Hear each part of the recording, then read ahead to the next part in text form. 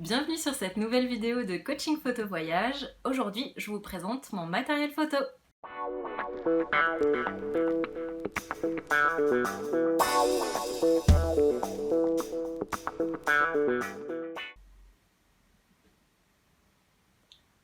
Alors les amis, pour ma bonne recette de photos de voyage, il me faut un hybride,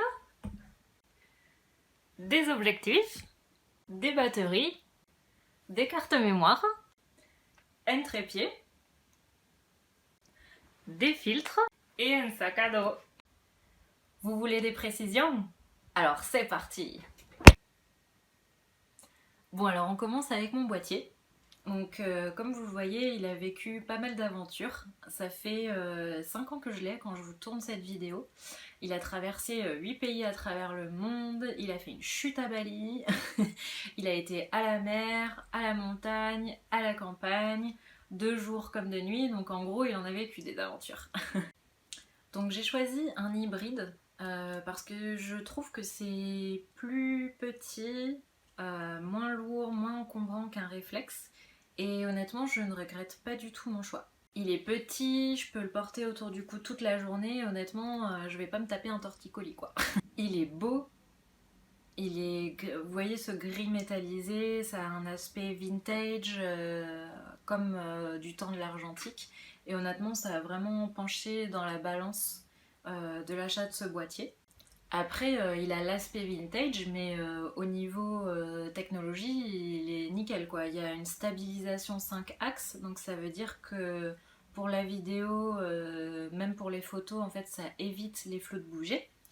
Vous voyez, il y a un écran qui s'ouvre, donc ça veut dire que je peux prendre des photos en hauteur, des photos plus bas en contre-plongée, en plongée, contre-plongée, donc ça c'est cool. Et en plus, il fait des belles photos, ce qui n'est pas négligeable. Alors ensuite, je vais vous présenter mes objectifs. Des objectifs je vais vous les présenter par ordre d'achat, tout simplement parce que, comme Rome ne s'est pas faite en un jour, j'ai pas acheté tous mes objectifs en une seule fois.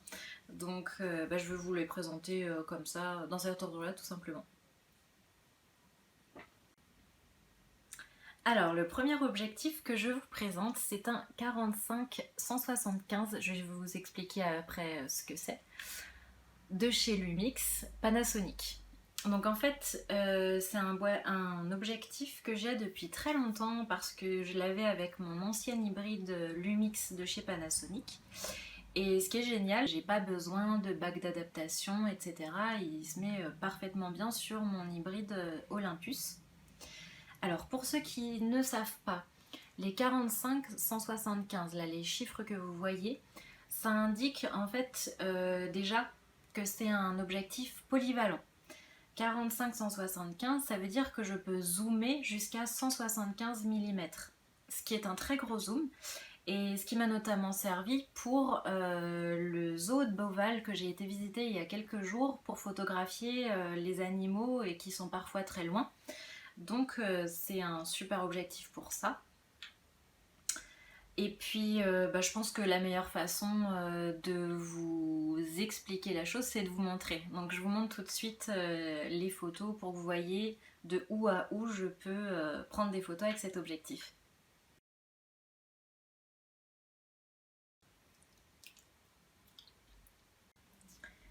Alors le deuxième objectif que je voudrais vous présenter, c'est le 14-150 de chez Olympus. Donc celui-ci, je l'ai acheté en même temps que mon boîtier. Et je l'ai choisi tout simplement parce que celui-là, il est ultra polyvalent. Et pour la photo de voyage, il n'y a pas mieux. Ça part du grand angle et ça zoome jusqu'à 150 mm. Donc je vais, pareil, je vais vous montrer les photos pour que vous puissiez vous rendre compte de où à où on peut aller. Mais clairement, c'est un objectif dont je me sers très souvent en voyage parce que vous pouvez prendre un paysage en grand angle à 14 mm et puis si vous voyez un visage par exemple qui vous intéresse dans la même scène, vous zoomez en 150 et il n'y a pas besoin de changer d'objectif. Donc ça c'est vraiment chouette. Alors c'est peut-être pas l'objectif le plus lumineux, hein. On a aussi l'ouverture de chaque objectif qui compte. Mais honnêtement, ça me suffit, ça me va largement, j'ai fait de très belles photos avec. Donc là, l'ouverture, la plus grande ouverture, c'est 4, f.4. C'est pas la plus grande qui existe, mais ça me va très bien. Voilà. Si vous... Donc ensuite, je vais vous présenter mon objectif 60 mm de chez Olympus que j'ai acheté également en même temps que mon boîtier actuel. Donc celui-ci c'est une petite perle également. Il n'est pas du tout polyvalent parce que vous voyez que c'est 60 mm et puis c'est tout. Donc ça veut dire que c'est une focale fixe. Vous pouvez absolument pas zoomer avec. Par contre, les deux avantages que je vois à cet objet, c'est que c'est macro. Donc vous voyez la macro-photographie, c'est tous ces insectes qu'on présente souvent sur les magazines photos où l'insecte paraît gigantesque, la moindre petite abeille paraît gigantesque. Et donc c'est à ça que ça sert cet objectif. Et j'adore parce que au niveau de la photographie, on rentre dans un nouvel univers, je trouve. Donc personnellement, j'adore la macro-photographie. Et donc deuxième avantage, c'est qu'il ouvre en 2.8, comme vous pouvez le voir. Et donc ça, c'est l'ouverture maximum de cet objectif. Donc je vous en parlais avec l'objectif précédent qui n'était pas forcément très lumineux parce qu'il ouvrait maximum à f.4. Celui-là ouvre à 2.8, ça veut dire que vous avez beaucoup plus de lumière qui va entrer dans l'objectif. Donc ça c'est génial au niveau de la qualité. Plus on a une grande ouverture et plus vous pouvez avoir un flou d'arrière-plan prononcé. Donc ça veut dire que si vous vous en servez en mode portrait, ce qui est tout à fait possible, vous allez avoir un beau flou d'arrière-plan avec cet objectif. Donc voilà le matériel que j'avais pour les 2 ans de voyage en Australie et à Bali. Donc vous voyez déjà on peut faire un beau voyage avec très peu de matériel finalement. On partait pour 1 mois en Nouvelle-Zélande, 1 semaine à Hawaï, 1 mois dans l'Ouest américain, 2 semaines à Cuba et 1 mois au Québec. Et donc je trouvais qu'il y avait une sorte de photo que je pouvais pas faire, surtout en paysage, et que ça me bloquait un peu. Et je me disais, pour tous ces pays qu'on va faire, il me manque un grand angle. Donc du coup, voilà pourquoi je me suis acheté le 7-14 de chez Lumix. Donc pareil, hein, qui s'adapte parfaitement à mon hybride Olympus. Et alors là, le 7-14 c'est génial pour faire entrer un énorme paysage dans vos photos. Je vous montre ça tout de suite en photo bien sûr.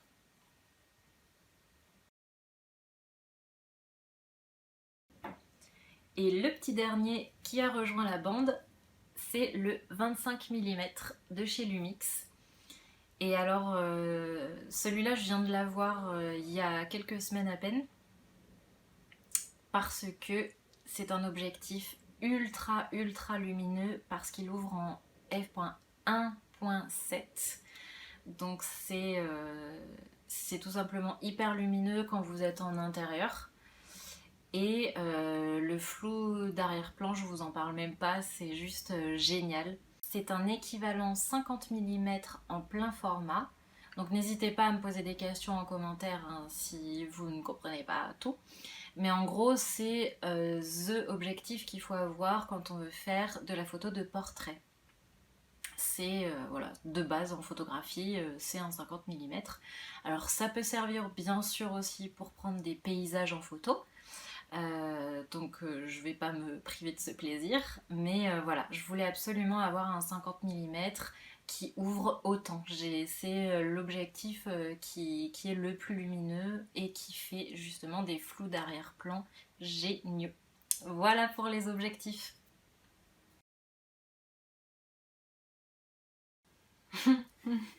Ne sourire pas, je vois tout derrière ce que tu fais. Alors ensuite, matériel indispensable.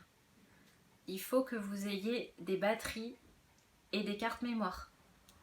Donc moi j'en ai 3 de chaque parce qu'il n'y a rien de pire que de partir en séance photo et de ne plus avoir de batterie ou de ne plus avoir d'espace sur sa carte mémoire. Ça c'est un truc hyper frustrant et c'est vrai qu'en photo de voyage ça peut arriver. Parce qu'on n'a pas tout le temps accès à de l'électricité suivant ce qu'on fait. Si vous faites, je sais pas, une randonnée qui demande une nuit en tente, il n'y a pas d'électricité sur place, donc voilà, vous pouvez pas recharger vos batteries. Donc c'est hyper important d'en avoir plusieurs, et d'autant plus si vous avez comme moi un boîtier hybride, parce que ça prend beaucoup de batterie. Donc moi j'ai choisi d'en avoir 3. Ça a toujours bien fonctionné. J'ai jamais raté de photos de mémoire parce que j'avais plus de batterie. Et pareil, pour les cartes mémoire, j'en ai 3 qui font 32 Go chacune. Et bon, je vous le redis encore une fois, je l'ai déjà dit dans mes articles, mais je vous le redis encore, il vaut mieux avoir 3 cartes mémoire de 32 Go plutôt qu'une seule de 96 Go. Est-ce que vous savez pourquoi?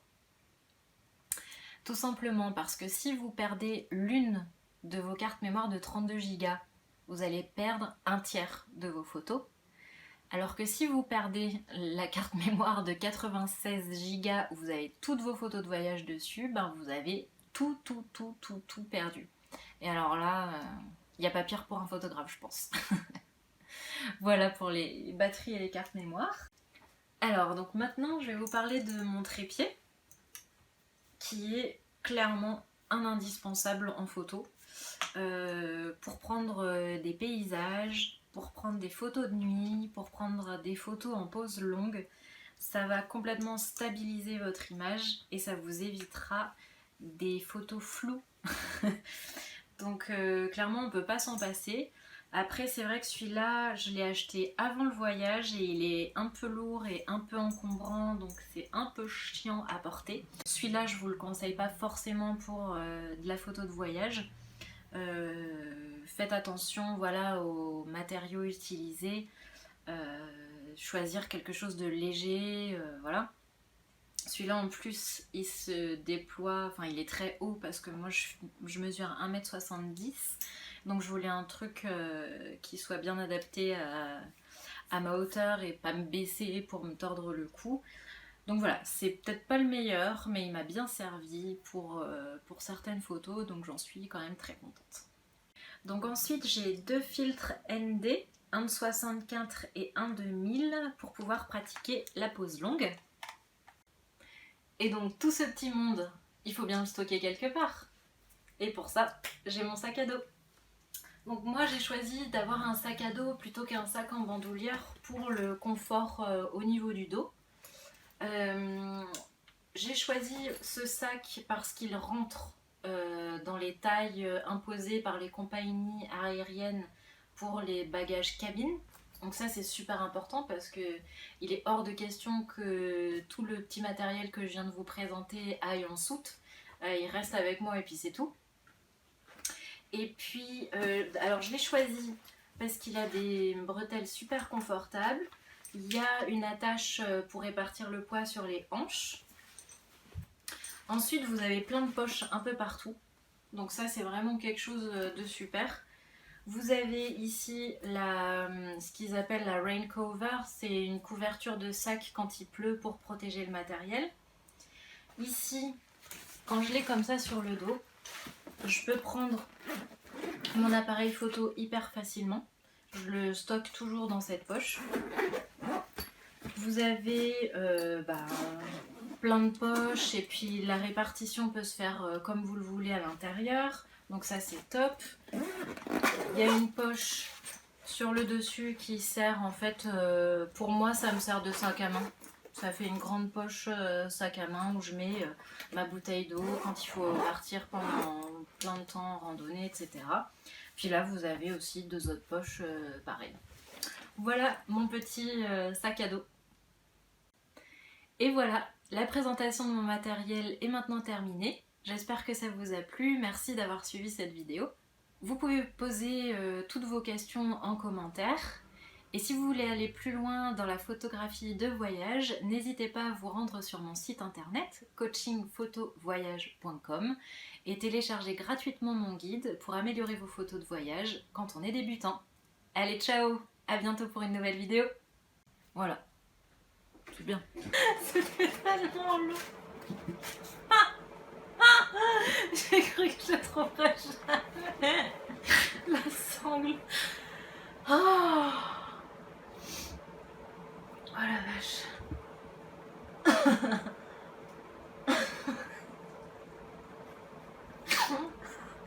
Ah, ça me paraît éternité. Faut que je recommence tout.